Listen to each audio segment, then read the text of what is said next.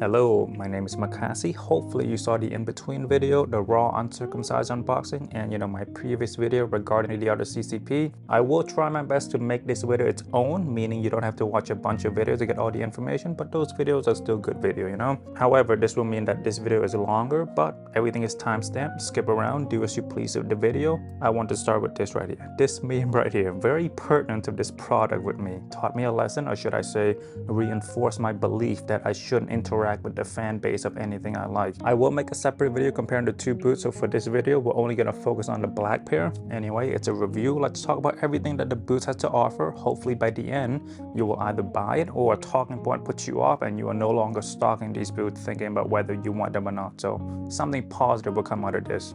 When you buy a CCP product, you get this little tag that tells you more about the product you're getting. I am going to read it off, and each point and more will be talked about throughout this video, so don't get too caught up with it. Technical data: material, horse, soles, cow leather, protection, titanium, tanning, white, manufactured, handcrafted with undyed material, dyeing and tanning barrel after manufacturing the shoes, drying on volume, slow by means of hot air, hand polishing, operating instruction. Object dye shoes, characteristic, presence of stain and or black marks due to the dyeing process, presence of irregularity on the surface or the color due to the peculiarity of each single skin, possibility that initially the color will fade or stain, absolute uniqueness of the form and lack of precision of the size of each single shoe due to the particular manufacturing process. I would like to start this review off with the toe box. Very stiff. It feels very similar to my Guidi PL2. The boots overall don't need to be broken into, but the toe box, you will have to wear them to get them to soften up. The toe box and the heel counter are made harder on purpose so the boot will keep its shape. I did struggle with this a little bit in the beginning, even though I got them used. My opinion is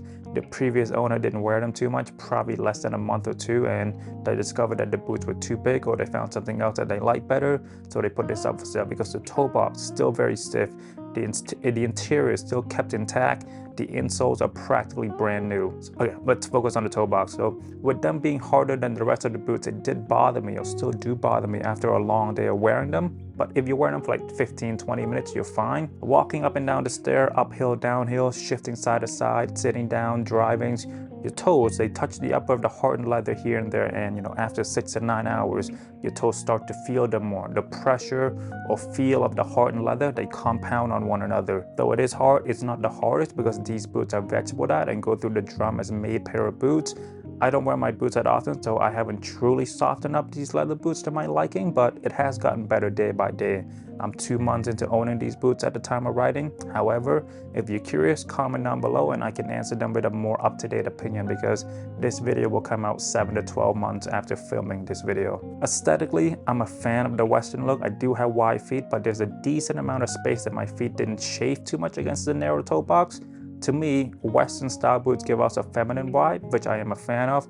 I get a lot of my inspiration from comfortable looking grandma, so I try to make an item of mine feminine. Feminine feel carefree, masculine feels like I'm trying too hard, which I'm not a big fan of. You obviously get the 2 brass bits on the toe box. I like this detail a lot because most of my pants cover the bigger brass bits, so when I am in those trousers, the only brass bit you see are the one on the toe box. When you press down on the brass bit, you can sense there's more brass underneath the leather, which has made me want to take a knife and just cut the leather part out, see if I can expose more of the metal, something I'm thinking about. So I'm gonna be bored one day at 2 a.m. I'll make sure to record it. My overall opinion, aesthetically it's great. I love the feminine vibe, of course. Practically though, was tough and still is kind of tough because the horse leather is so much thicker and the toe box is even thicker and harder.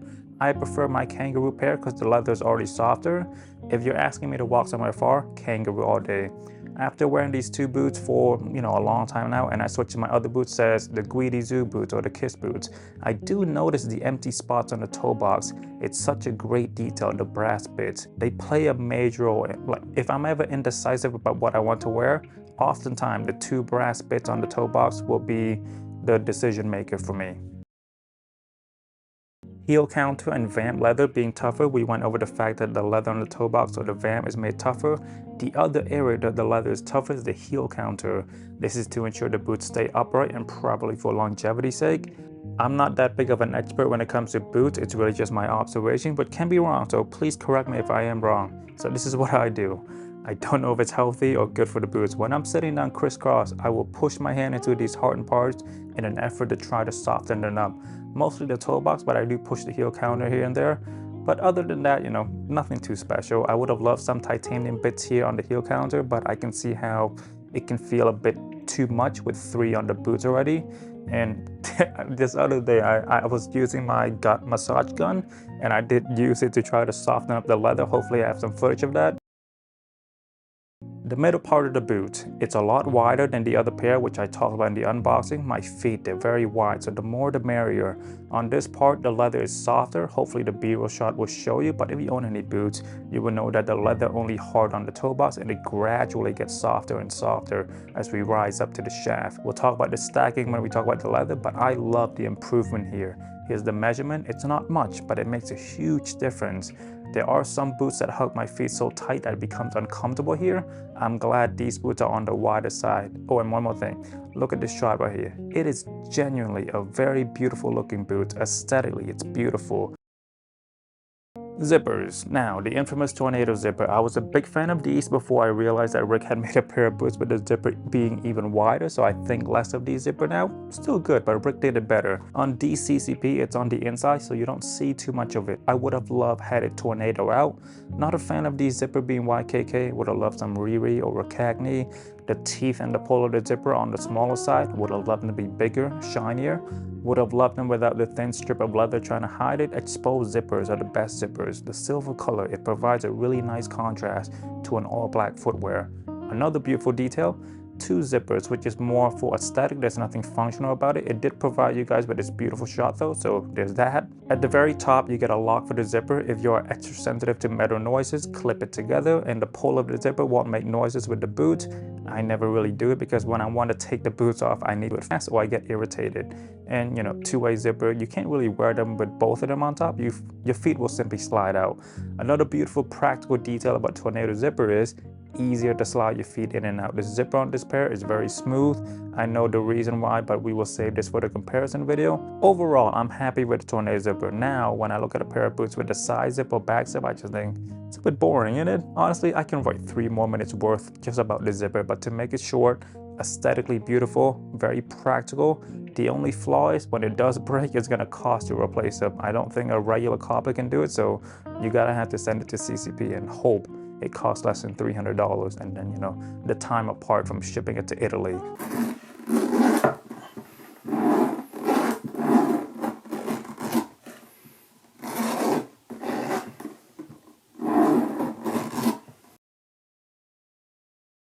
At the top of the shaft, there's this lock for the zipper to stay in place, right? The inverse of that has this, which is very annoying when it touches the skin. Please improve this. Add a patch of leather or something, you know, please and thank you. And then you get the production number tag, surprisingly doesn't age, so don't be too concerned there. My pair is the 26. I don't know how many they've made in this batch, but shouldn't be over 100, I don't think. Here's the measurement of the shaft for all of you who are curious. I was right with regard to how the horse leather hugged the legs a bit more, because this leather is much thicker and more rigid. However, not to the point where it's uncomfortable. I still feel great in the boots. I have a bit of trouble with the PL2. The other bad thing about longer shaft, the thick horse leather. So when you bend down, the leather, it's so thick, so rigid, it hurts the feet a little bit, but you're not gonna bend down that much unless you're... Anyway, super long, I love it. Oh, one more flaw. This makes me hate the height of the shaft on my Zoo boots so much more.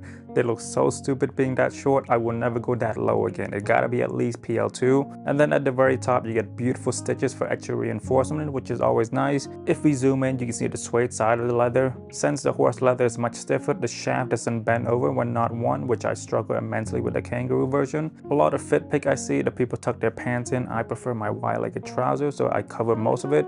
When you get your pair though, wear it the way you want. Don't have to copy what everyone else is doing. It's your boots. Do whatever you want to it. Even if it looks wrong, if it feels right to you, that's all that matters.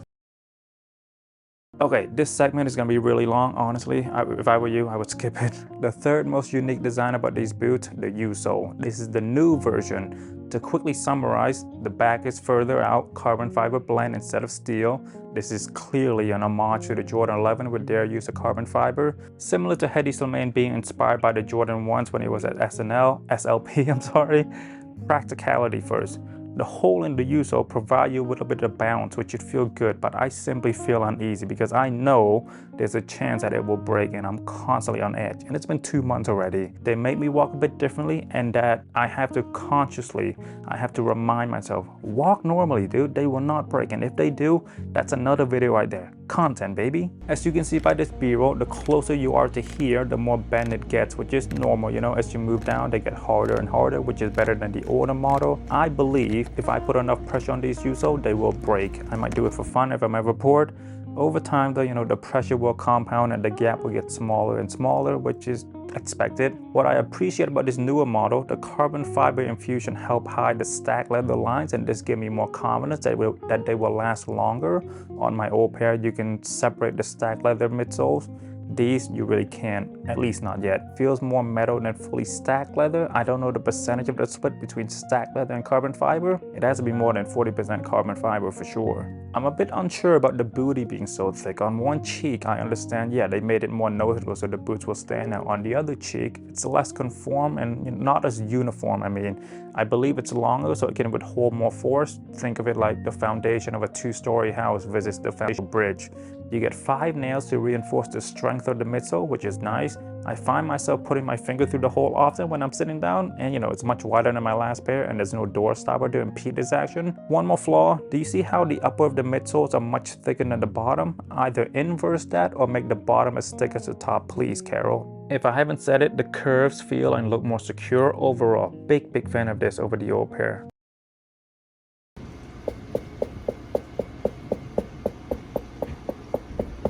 The newer model feels like car-like, and the older model feels like horse carriage. That's how big of a difference there is. I always like when brands improve on product that they have released before. I think this is why I really love Brick, you know, constant improvement. With regard to the outsole, I believe I've gotten my fix of the outsole now. I've normalized these boots, they're no longer special to me. My next pair of CCP, if God is on my side and no one buy them, will be the strip version.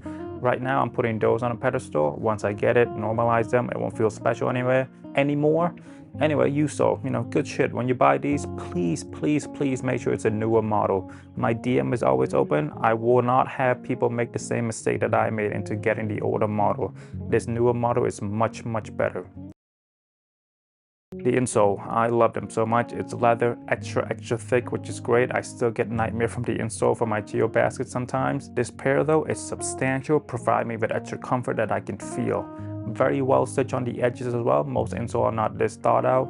The leather is stitched onto the foam. I'm a big fan. If CCP ever decide to release this insole, I would definitely buy it to use for my other footwear.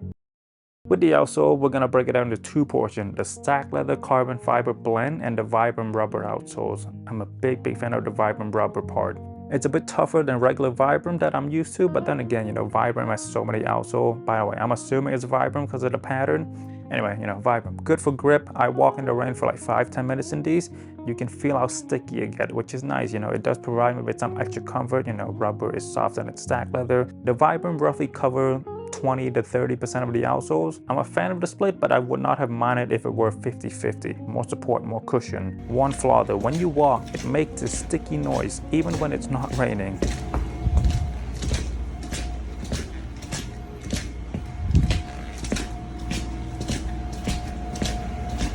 And now let's talk about the stack carbon fiber infusion outsole. By the way, I don't know if it's a carbon fiber is only on the midsole, but it doesn't feel like it's 100%, so I'm gonna say there's a blend in the outsole as well. So as you can see on my pair, a bit used from the previous owner. I will provide you with an up-to-date shot later in the video. The color underneath is this dirty brown or light brown, whatever you want to call it. You get the Carol logo, and then the sides in the middle, you get about 20 nails that are strategically placed to hold the stack leather and Vibram outsole together to the main body. An improvement from the previous version. I feel more secure with the placement of the nails. The outsole, they're also thicker, tougher, so it gives me more confidence that these boots will last a lot longer than the previous pair. Now, I want you to focus on this back area real quick. Do you see how small it is in comparison to the front? Walking with these boots is a bit tricky. It feels wobbly. Think a regular ruler, right? It's a rectangle. This is more like an isosceles triangle. Not a big fan. I constantly feel like I'm falling over. If I am ever drunk or high in these boots, I will get so paranoid. My old pair is similar, but the protrusion of the Vibram outsole really adds to the wobbly effect. I still fully haven't gotten used to it 2 months in now because most of my boots are very even. The protrusion is something you kind of have to live with. I'm a fan of the upgrade overall, but just a bit of wobbliness. The inspiration for these brass bits is from osteoporosis or arthritis. Arthritis causes swelling, inflammation, and pain in the joints. Osteoporosis develops as a result of decreased bone mass and density and can lead to fractures. I'm a fan of these metal bits on these boots. When you're just looking at the boots, the big one on the ankle area take a lot of attention. However, when I wear them, they typically get covered. So the two bits on the front, they're more exposed more often. For the practical aspect, very hard to sit crisscross. The big one on the ankle makes it a bit more difficult to sit like this. You will also scratch the floor because they are metal and it's kind of sharp.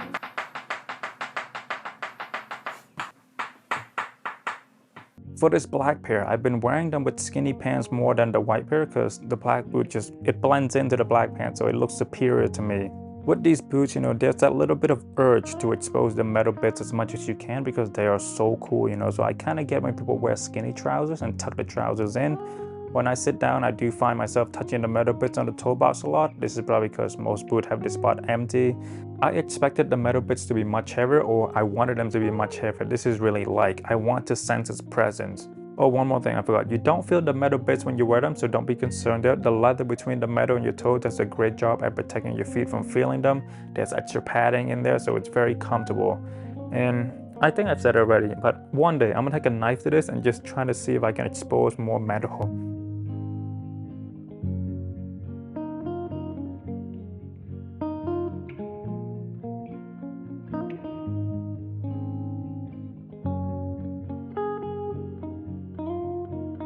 If you are one of the few who doesn't like the metal bits, Carol does release other boots such as the Tornado and some versions of the Usole. They don't come with the metal bits. To me though, I love the metal bits and a lot of people do.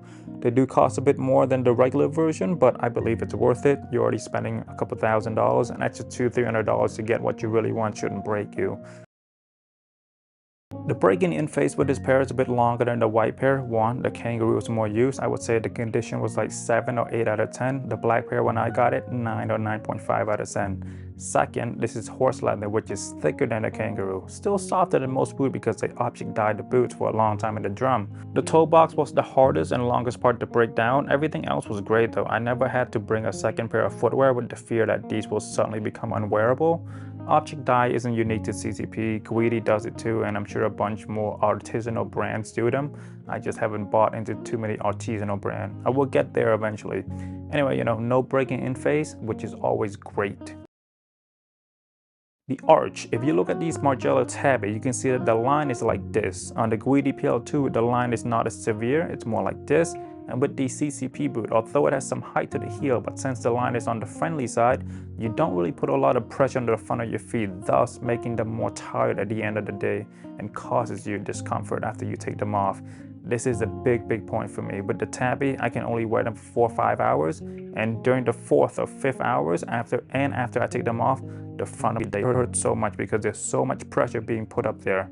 If you ask any woman that wear Louboutins high heels, you will know they can only wear that for less than an hour because their feet will hurt. It's so bad. If you ever wear boots, you know what I'm talking about, and especially if you're a female, you will know what I'm talking about. I'm gonna give these boots one of the biggest compliment I can give them. This pair of boots can be your daily driver, and I do not say that about every footwear.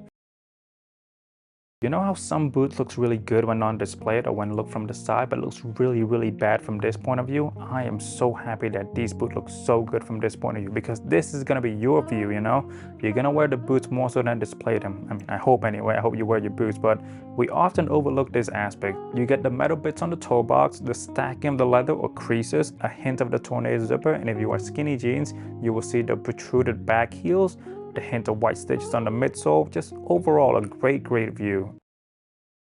With regard to stitching, for the most part it's good, even, spaced out perfectly, but there are a few spots where the stitches could be better. Stitching is one of the features I look for to determine how great of a quality control a fashion house is. People often overlook this. A lot of brands get away by having big graphic or logo or whatever, till most brands tend to skip the quality control if they can occupy the brain. I believe CCP are made by experienced artisan by hand where they can. Obviously there's some aspect where the machines are better than any artisan. Overall I would give it 9 out of 10, 1 point off because of the bad stitches in a few areas that I showed you earlier, and especially the stitches on the lock for the zipper. When I feel it on my skin, it itches me. That's 1 point off for me.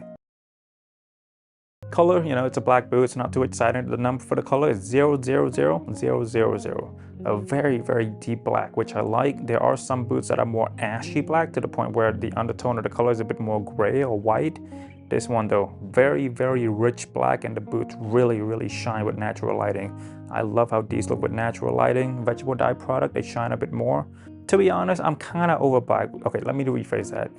I think I have enough black boots in my closet. I've grown to really love white boots. My next pair I would love red. I don't think I'll get gray, but something red, you know. I'll look into Guidi. They got some really sexy ass red boots.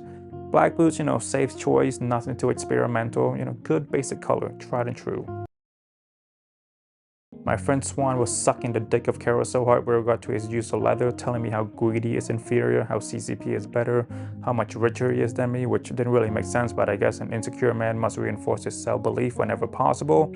I have now feel both the horse of the Guidi and the horse of the CCP, and I can honestly tell you, Guidi is better. You simply need to have both of them in front of you, look at them, smell them, fuck them, wear them, jizz on them, and you can see how Guidi is simply better. Guidi sources the better horse hide, and their dyeing technique is better. There's more detail or irregularities on the Guidi, which mean that the leather has been played with too much, as raw as can be. The horse leather is softer, so their drums are much better than the drums that CCP uses to dye the boots. One-piece leather. Most boots are made like this, you know, in pieces, so it's a bit easier to make and more cost-effective. If you mess up, you can just change one component rather than the entire boots. The CCP boots are made with a singular piece of leather. This plays a major role in the pricing being so high.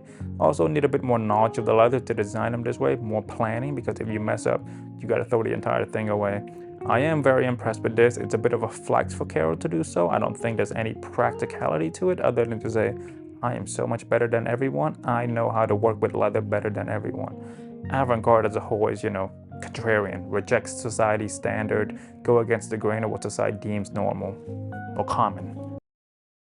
Do you see these holes or patterns on the interior of the leather? Here's a side-by-side to the outside. At first I couldn't pinpoint it, and then I realized it's like leather car seats. They're perforated. Perforated leather is more breathable, so it's a great design detail from the team at CCP. My Guidi product doesn't have this. However, I didn't feel too much of a difference between these and my PL2. The horse leather is still so thick. I'm sure it helps in a small way, but not enough for me to notice the differences. When you run your hand through them, you can feel the perforated leather, which is nice, you know, tactile. The stacking of the leather will be more subjective. I prefer the stacking of the Guidi. It's more defined, more vivid. The stacking of the CCP is a bit more faint, less noticeable. Here's a nice shot of the interior stacking. Big fan of the horse leather stacking though. Beautiful, beautiful rolls. You can feel it when you wear it, by the way. It becomes a bit uncomfortable when you bend down, but when you're walking and just wearing them, it's not uncomfortable. By the way, me saying Guidi is better, Guidi leather is better than CCP, it's not a diss towards CCP. Guidi is a tannery first and foremost. Their source of profit for the longest time was from their tannery. They've been in business for over 100 years. They've gotten decades of experience over other people. The people at Guidi simply have more tricks up their sleeve and more experience. You don't get worse as you continue to do the same thing over and over again. I mean, unless you're Drake, his music just keeps declining.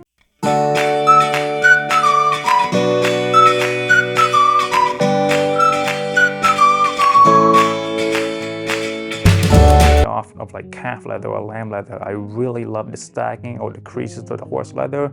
If we look at the Kiss boots and these boots, they're just so much more personality to the horse than the calf. It's not even a competition. Rick, if you're watching, please release a pair of Kiss boot and horse. I know you're good friend with Guidi. Just go and take some of their hides. Anyway, let's not compare too much because it's not fair to CCP. This horse leather though, it's very thick. I love it. It has this oily feel to it, but some parts of it are a bit stickier. I enjoy the grain of the leather very much. Not as unique as kangaroo, but it's different enough from lamb and calf, so I do appreciate them. Go watch my Guidi review if you want to hear me talk about horse leather more. This video is getting long and I'm getting tired. I'm sure editor Makasy is also tired. I have this bad habit of repeating myself, and editor me suffered the most from this trait.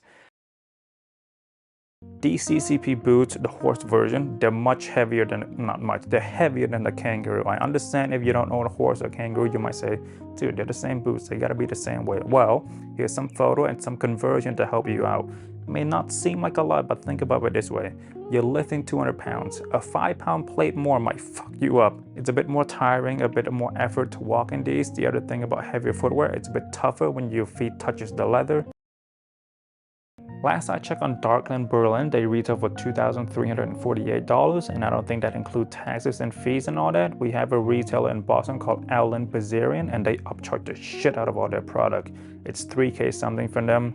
There's another store in Boston that upcharge above MSRP. I won't name them. I went in there to get a CDG cologne, and they charged me $145. And then I checked on Essen, it was $125. Anyway, I just hate these stores that unnecessarily upcharge from the MSRP.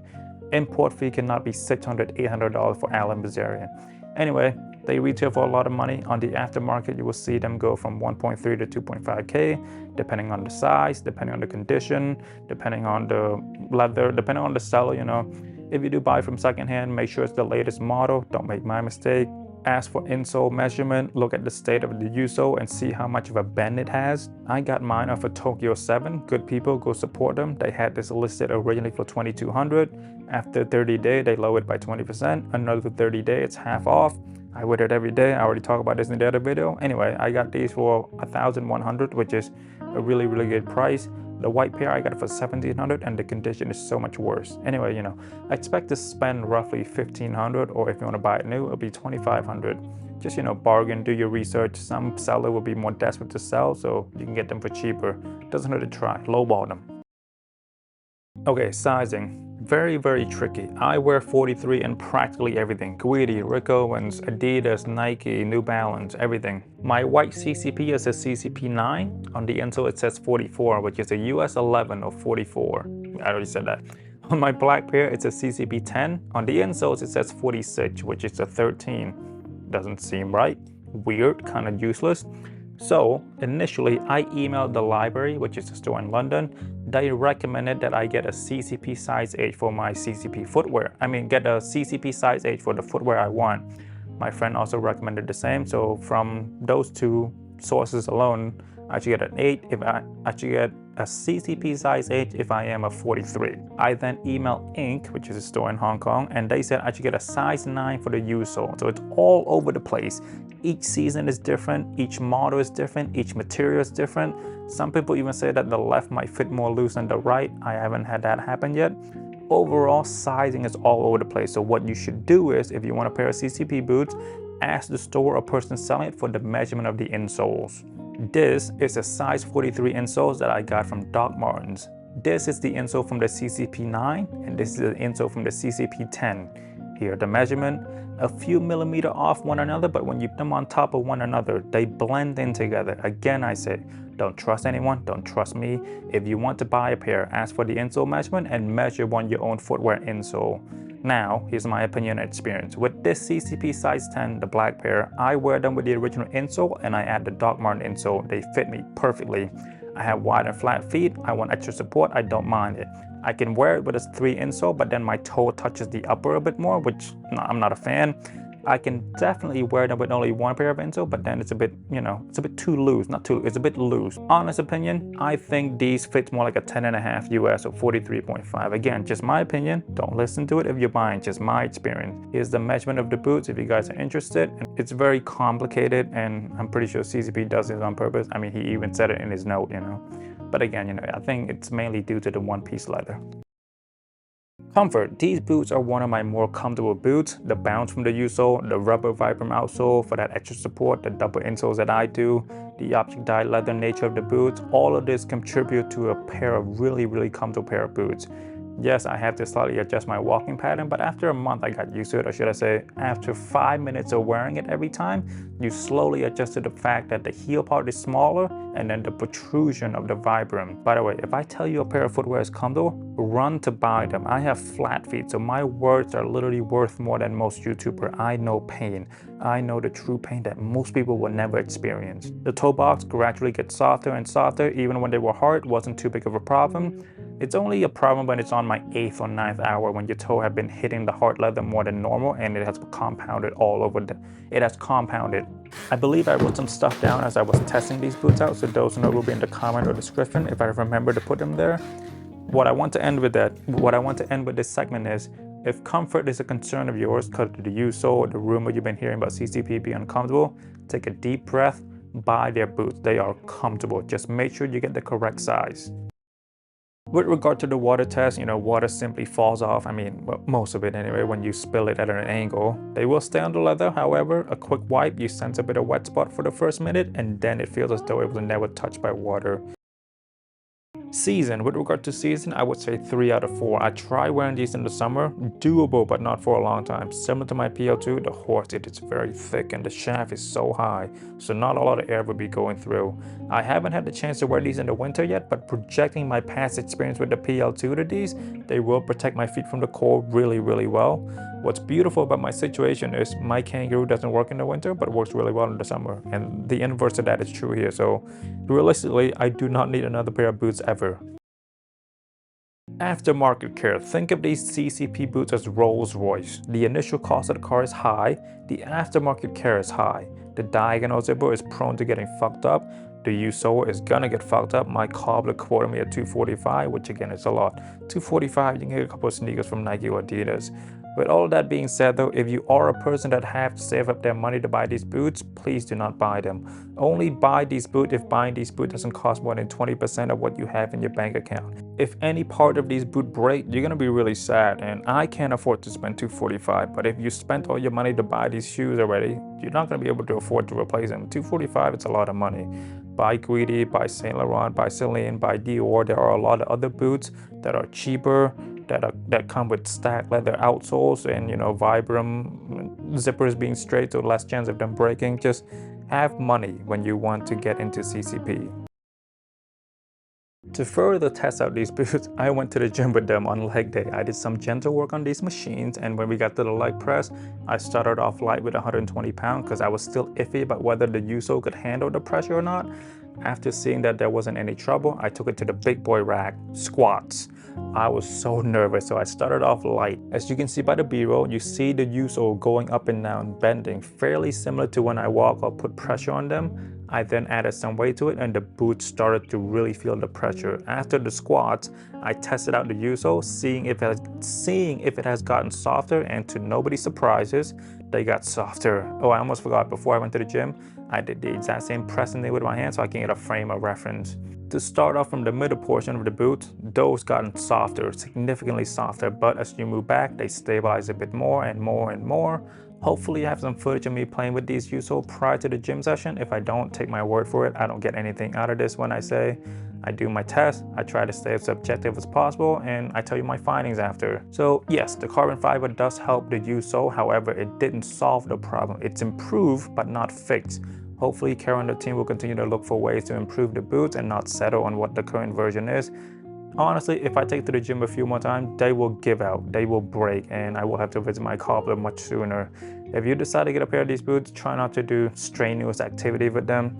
I might take it running, but a bit of squat already done so much damage, I don't think I'll help by doing a mile in them, but maybe I will just to test it, see if it will break or not.